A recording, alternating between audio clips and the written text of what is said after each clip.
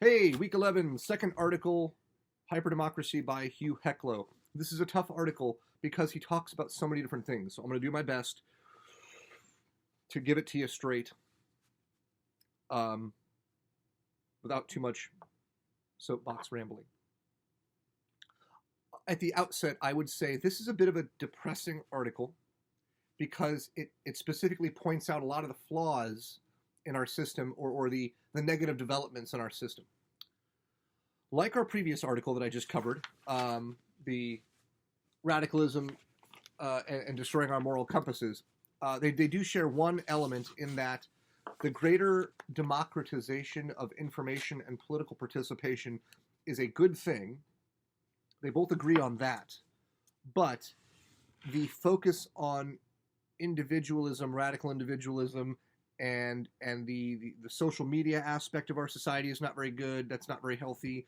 The way the media has developed as a money making business and less as a legitimate information disseminating entity is a problem. So he talks about public opinion and how we rely so heavily on public opinion. Think about any time anybody who listens to the radio. I know NPR to a lesser extent, only because of the way they portion out their media. But if you're listening to a political commentary show, you've got some Yahoo who's probably not that much different from me, and then they tell you their version of the day's events based on their politics and based on the politics, right, of the station that's producing them. And there has to be some connection, likely, but not always, with the money coming and the advertising revenue, right? There's usually some connect, but not always there.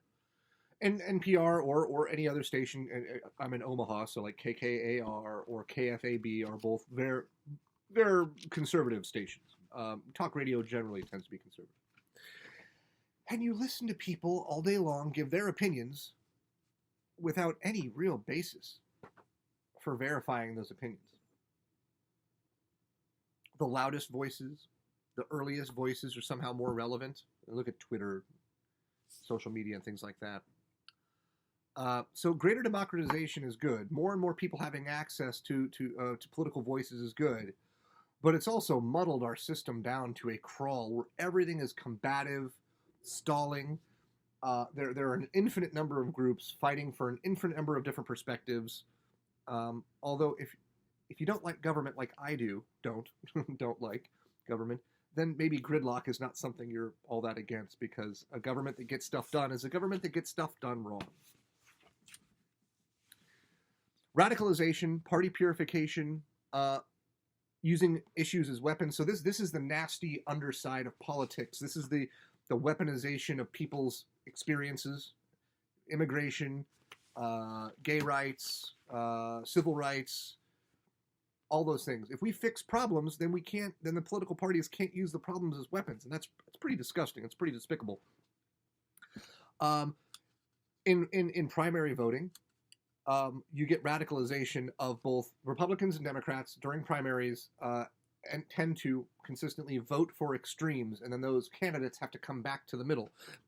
And so if we had a different version of primary voting where there was more moderation in the picking of candidates, we might have less radicalization in politics. But that's not to say that we can even fix the radicalization out in the population. Oftentimes it seems that in social media, you get anonymity with a lot of people online equals jerk.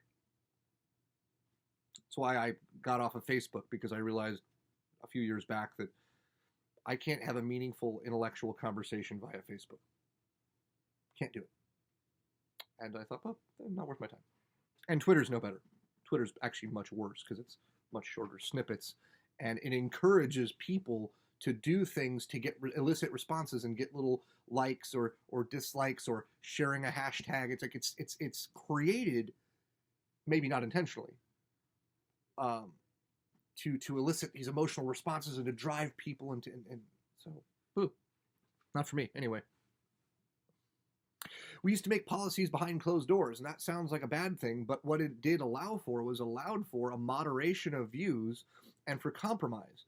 And in the current party purified environment with social media watchdogs always looking to see if our elected officials step out of line, i.e., step across the line and try to compromise with the enemy, Republican or Democrat, depending on which side you're on. We don't get that compromise anymore. We don't get that moderation of view that we used to have. All news, all the time, the loudest and the first is the most relevant. He talks about a superficial knowingness. We just have access to so much information. We're just bombarded with information all the time. Yet it doesn't seem to help us make decisions in a meaningful way. So what's the point of all this? Well, in my estimation, it's actually a bit sad because it's just this ongoing litany of sort of negative aspects of our system. And in the end, he offers some solutions which I don't hold in very high regard, honestly. Much of what he says seems to be, we should have better civic journalism. Well, sure. And journalism is a big problem, right? Because, so consider, either you work for a news agency or a Fox or a CNN or an MSNBC or an online or a radio talk show. Your job, as you see it, might be to tell a story. But the problem is you might want to tell a story from a very particular perspective, in which case it becomes opinion and editorial and manipulation and bias, and not so much information that people can use to make decisions. So journalism has gotten very skewed towards opinion anyway. These social activist journalists I have little time for, on the left or the right. I'm not judging one side more than the other. And you can tell, right, you can tell suspect journalism pretty quickly. When they use lots of adjectives and adverbs to elicit emotional responses. If you feel aggravated or anxious or angry or frustrated or whatever, if you start to feel those things when you're reading an article, chances are that's because that's how they want you to feel. And that's not good. I mean, it's not good if you don't like being manipulated. If you like being manipulated, then go to town. So what he's suggesting possibly is that we have some sort of civic journalism. It's like, well, okay, the reason why journalism has turned out the way it has is because there is big money behind it.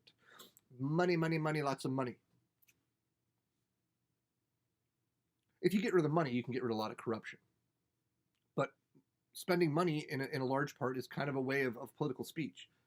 Now, you can disagree with Citizens United Supreme Court case, but as it stands, spending money is a way of speech.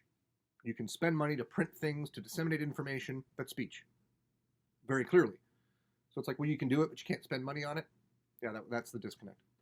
So creating some sort of civic journalism requires us to remove an amount of money and incentive for advertising dollars, but it also requires us to remove that inflammatory, manipulative, biased language and intent from our articles and our news reports, which is so part and parcel of our news environment right now that most people wouldn't.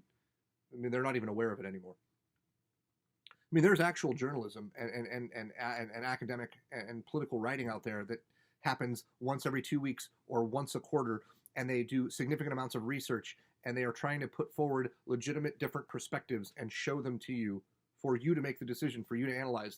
They offer analyzation, or analysis rather, and even synthesis, stuff we're supposed to do in class. They offer that for you, but most people don't get their news that way. Well, you have to read this anyway. I hope that I did you some good in at least phrasing the themes and the topics, because he does kind of go all over the place, and I hope I didn't do that too badly, but I had to a little bit. So one more article to go, and then it's all service learning project writing. I know it's been tough. It's been a tough semester. But I promise you, you hand in your 10 entries and you give me a discussion about any of your experiences in the service learning project, and you tie those together with the class themes, with the themes of the articles, you're going to be good.